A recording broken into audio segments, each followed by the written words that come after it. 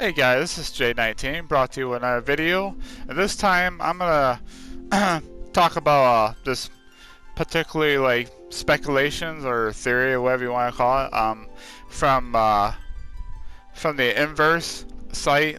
I just saw it's kind of unique. I thought I'd read it to you guys and let me know down in the comments below what you think Square Enix is gonna do with this particular part of the game, and Final Fantasy VII Remake Part 2. I don't know exactly how it's going to go. I'm really excited. Can't wait.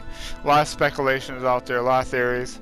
But anyways, if you guys are new to this channel, please like, subscribe, comment down below what you thought of this video, and hit the bell notifications so you stay notified when I go live or when I upload my next video.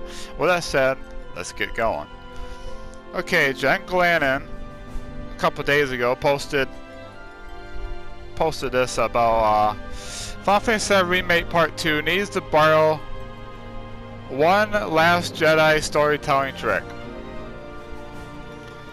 Even though Final Fantasy VII Remake only came out a few short months ago, it already feels like we've been waiting ages to see what happens next.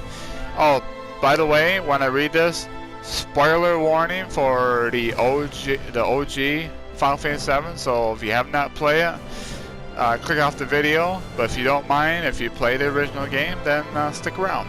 So, with that said, I'll continue reading.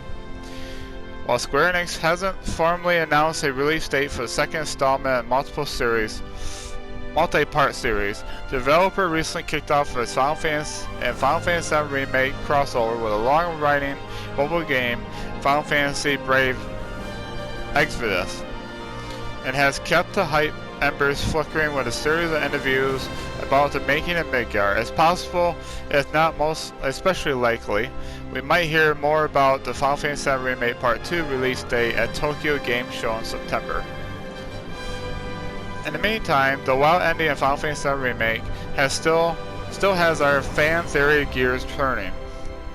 It's clear the sequel will have to take a wildly different approach to one of the story's pivotal moments, the Nibelheim Incident.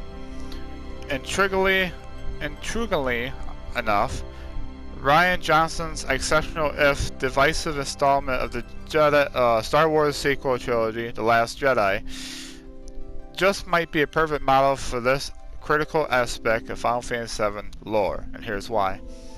Light spoilers to the original Final Fantasy VII ahead, so this is the part I'm going to start reading. So, like I said, if you don't want any spoilers about the original game, please click off the video, come back after you've played the game, whatnot.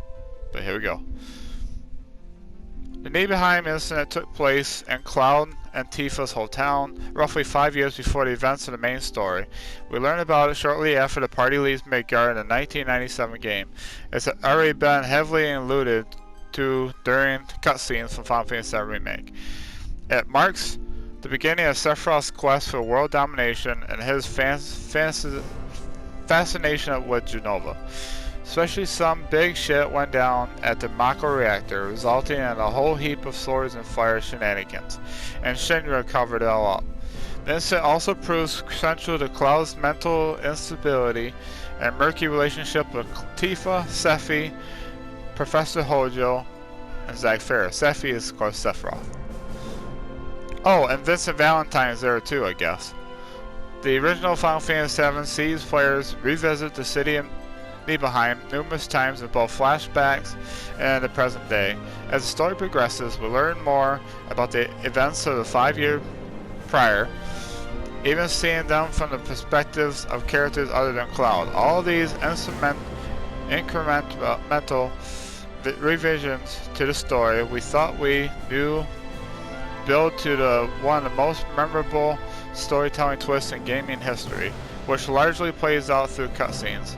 Next-gen hardware can allow players to experience those jaw-dropping reveals in an even more immersive way.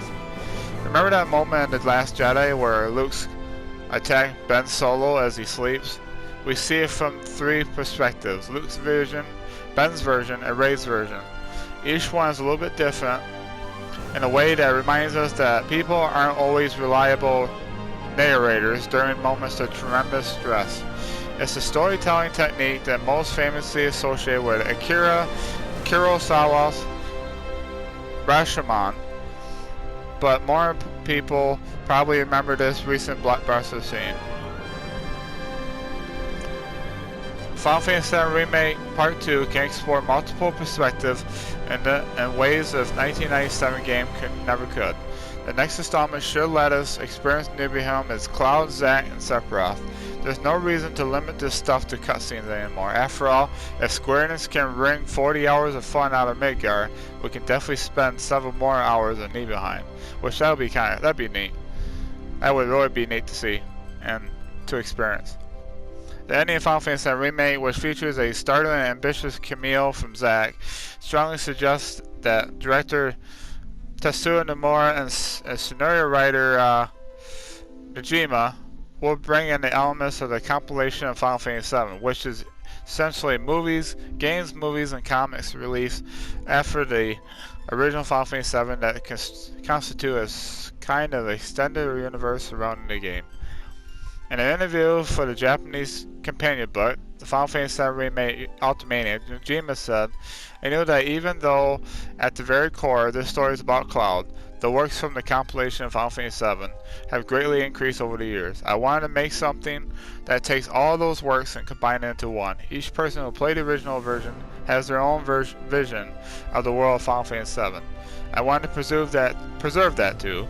The results of these feelings are shown within the remake story." Absolutely.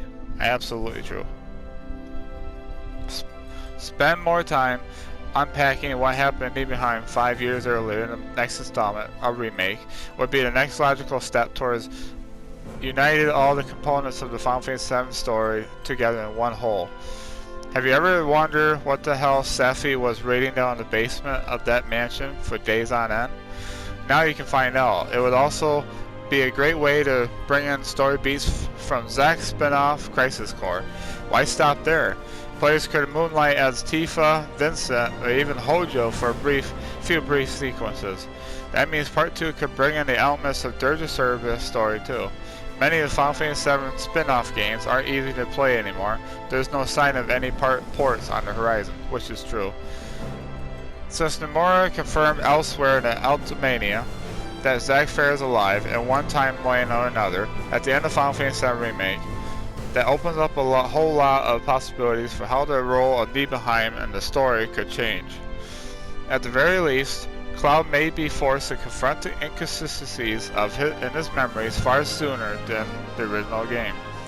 Looking to the wilder extreme of possibilities, Zack could play a much bigger role in the overall story of Final Fantasy VII Remake Part 2 and its sequels, as an ally or even a foe. That would be really interesting.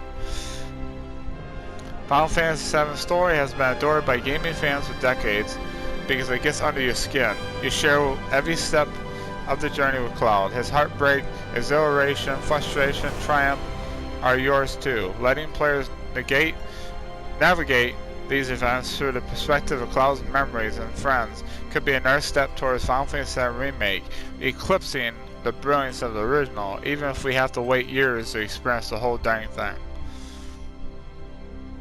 Alright guys, that's all. I'll have the article down in the description down below. I hope you guys found this pretty interesting. I'm really excited for part 2. I want to see exactly where to go from here after that mind-blowing ending. So yeah, there's a little bit of remake spoilers in there.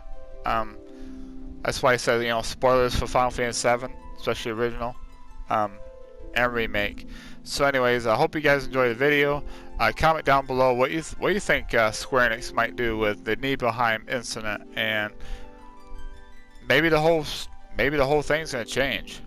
Maybe it's not gonna be the same. Maybe we won't see the flashback of Nibelheim.